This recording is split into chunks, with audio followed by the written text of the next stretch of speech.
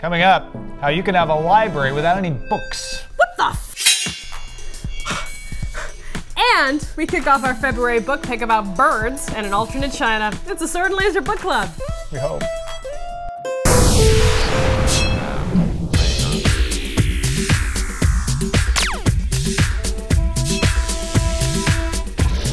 Hey everyone, welcome to the Sword and Laser book club. I'm Veronica Belmont. And I'm Tom Merritt. This is the show full of books, amazing and fantastical books. Yes, and each month we pick one of those amazing and fantastical books and read them along with you, our viewers. And in case this month's pick doesn't work for you for some reason, we'll give you close to 1 million other great sci-fi and fantasy book ideas. I use the word close loosely. Let's see what's coming out this month on the calendar.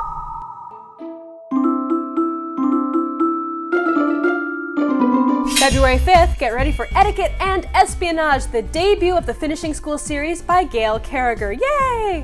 Also on the 5th, A Natural History of Dragons, a memoir by Lady Trent. Well, it's actually by Marie Brennan, but we won't tell if you don't. It tells the story of how Lady Trent became the foremost authority on dragons. And also on February 5th, Homeland, Cory Doctorow's sequel to Little Brother, sees Marcus Yallow as a webmaster with a dilemma on whether to leak some explosive information. February 12th brings us The Daylight War, Book 3 of the Demon Cycle by Peter V. Brett. Last human stand against demons, people. We need all of you on this. 6-time Hugo Award winner Ben Bova brings us Far Side on February 12th as well. Who knew the far side of the moon could be such a tangle of intrigue, love, and jealousy? Ben Bova, that's who. And also out February 12th, Vampires in the Lemon Grove by Karen Russell, author of the best-selling Swamplandia, and The Best of All Possible Worlds by Karen Lord, a follow-up to her smash debut, Redemption in Indigo. Short month, but very long list of books. Well, we have one more to add to the stack today. This month's Sword and Laser pick of the month, which is Bridge of Birds by Barry Hughart.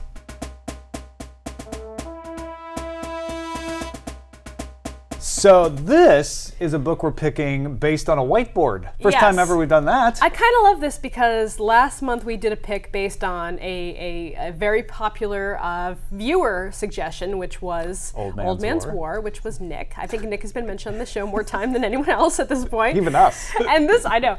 And this month it is Bridge of Birds, which was a whiteboard selection that Aaron did for us a few weeks back. And we had such an amazing reaction to it. People in the comments started going off. There was a thread started about it on GoodReads. People seemed like genuinely excited about this book, whether they had read it or whether they were just learning about it for the very first time.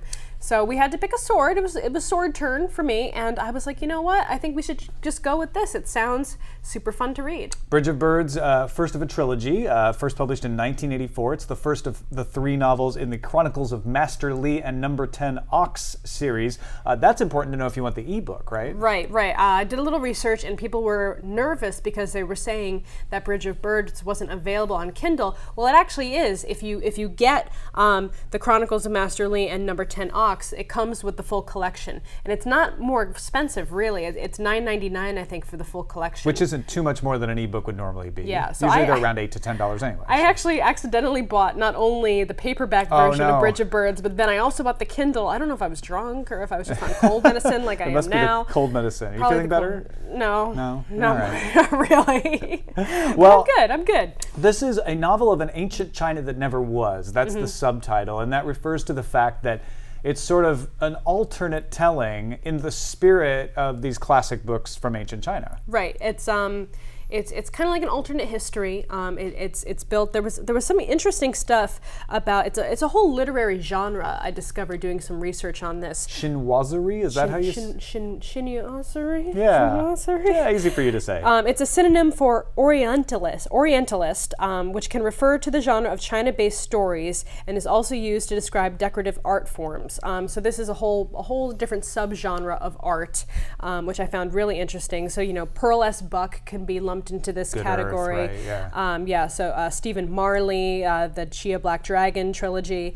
So there's a lot of different kinds of works in this little subgenre that I didn't know anything about until I started looking into this book. Because he's working in mythologies from actual Chinese history into these stories. And The children of a village are struck with a mysterious illness. Number 10 Ox sought a wise man to save them. He found Master Li Kao, a scholar with a slight flaw in his character, and together they set out to find the great root of power. This totally reminds me of something like Journey to the West. Yeah.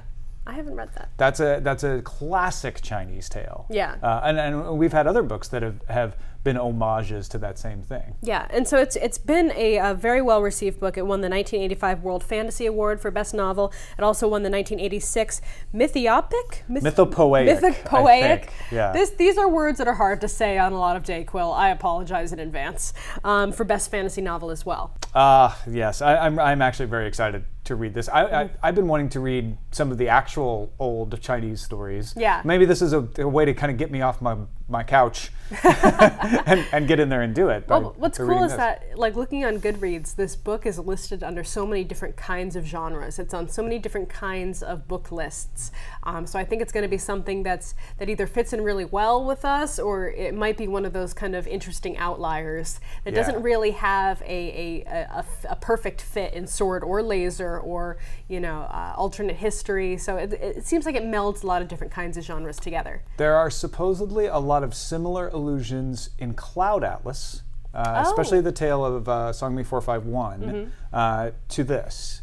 So I'm going to keep my eye open for those sorts of things. All right. Well, of course, as we mentioned, you can pick this up on Kindle if you get the entire collection of the Chronicles of Master Li and Number 10 Ox. Or, of course, you can get it at your local library, local bookstore, or on Amazon as well. Check it out. Be sure to check back in with us at the end of the month when we'll discuss what we think of the book. But before we go, let's see what else folks are saying in email and on GoodReads. We start with a video from Aaron explaining why he has changed his opinion about goblins. I've killed a lot of people. Short, green people. I'm talking about goblins, and I wouldn't care except for Jim Hines and Terrell Hunt. As a lifelong gamer, my primary concern with goblins has been with their armor class and how flammable they are. Now I have to start thinking of these perennial fantasy bad guys as unique individuals with motivations and families. Hunt's webcomic, Goblins, Life Through Their Eyes, is probably the best fantasy comic on the web, as full of heart and brains and other organs as any more traditional fantasy epic.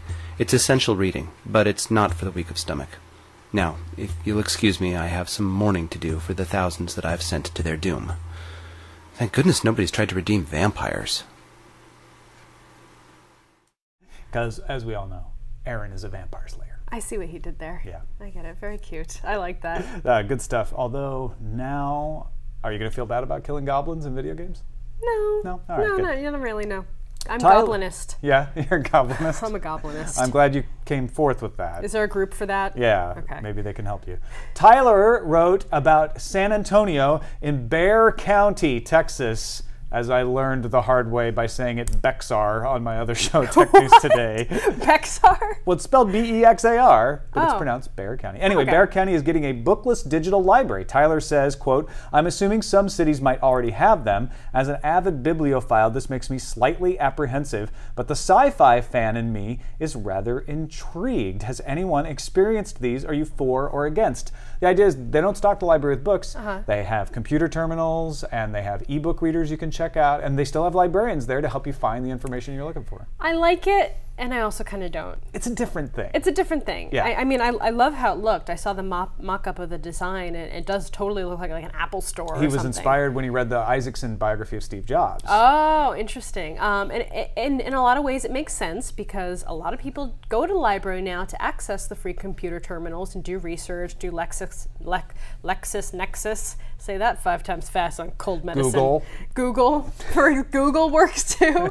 So there's, but at the same time, it makes you kind of sad to think about all the, libraries are great. Hopefully they have there all the books and the smell. will still be some book libraries. And the people sleeping in the libraries. The smell of those too. And those too. Yeah. Maybe we should move on. Okay.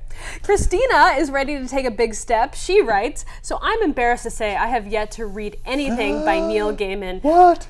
Tom's reaction to the new novel has convinced me I need to fix this. Would love a suggestion for which one to start with. Any advice? Lots of people suggested books we've read before as Sword and Laser picks. American Gods, Good Omens, a book he wrote with Terry Pratchett. I would say Sandman. A lot of people suggested The Sandman. Now, that's graphic novel. Yeah. But it's not a bad entryway into the Neil Gaiman universe. I mean, it's a great entryway. What am I saying? American Gods was one of my first as well, and I think it's a great pick. It's definitely, yeah, it's darker than like a Good Omens is for sure. Good Omens is probably the more fun way. But that's also got the Terry Pratchett You're getting a little there. Terry Pratchett in there. Yeah. Sandman's probably the easiest way in. Yeah. But really, if you're going to like Neil Gaiman, I don't think you can pick up any of his books and be wrong. That's a good point. That is an excellent point, yes. Sandy's needing a change of pace in her sci-fi. She writes, I have read so much post-apocalyptic dystopian science fiction lately that I'm burned out on it. Girl. Another sci-fi category I'm getting tired of is military sci-fi. I'm currently reading Beggars in Spain, and it's so refreshing. It's about genetic engineering, prejudice, and class. No war, and the world isn't ending. I also loved Blue Remembered Earth. So what's new and refreshing in sci-fi? I'd like to keep recommendations to sci-fi rather than fantasy. New and refreshing. And we want to stay away from post-apocalyptic, dystopian future kind of stuff. I'd have to say, I had mixed feelings about it, but 2312, Kim Stanley Robinson. Oh, I haven't read it yet. Really the kind of thing she's describing. Far in the future, very scientific. There is a little bit of violence, but it's not a war book. And it's not a post-apocalyptic book. Oh man, that's hard. I mean, if you want something funny, Red Shirts, I think is a great pick by John Scalzi. Excellent pick. It's especially funny if you're a big Star Trek fan or just like that kind of science fiction. Going forward though, I mean, we looked at on the audio podcast, we talked about some of the trends that were coming up for 2013, and a lot of it is going back into deep space science fiction. Yes. Like sci-fi set in outer space, where it's like you are on a spaceship, and not like a little less of the dystopian kind of future stuff. A couple of people in the thread recommended Great North Road. Peter Hamilton just came out, so that's another good one. Yeah. We're trying to get him on the show. So if you guys know anybody, basically if you know Peter F. Hamilton, tell him we want him on. It would be fun. Seriously. He's gonna have a good time. He will definitely have a good time. Most of our authors do. Well, that about does it for us today. But don't forget about the Sword and Laser Author Guide Show, where we interview the best authors in the biz. We're looking at you, Peter F. Hamilton, and submit your questions to them. In our next episode, we are talking to the fabulous Brandon Sanderson. All right, you don't want to miss that. So go subscribe. Do it now. Don't delay. YouTube.com/geekandsundry. Send us email to feedback@swordandlaser.com. And of course, join in the fun at our Goodreads forum at goodreads.com. We'll see you next time. Bye. Peter F. Hamilton.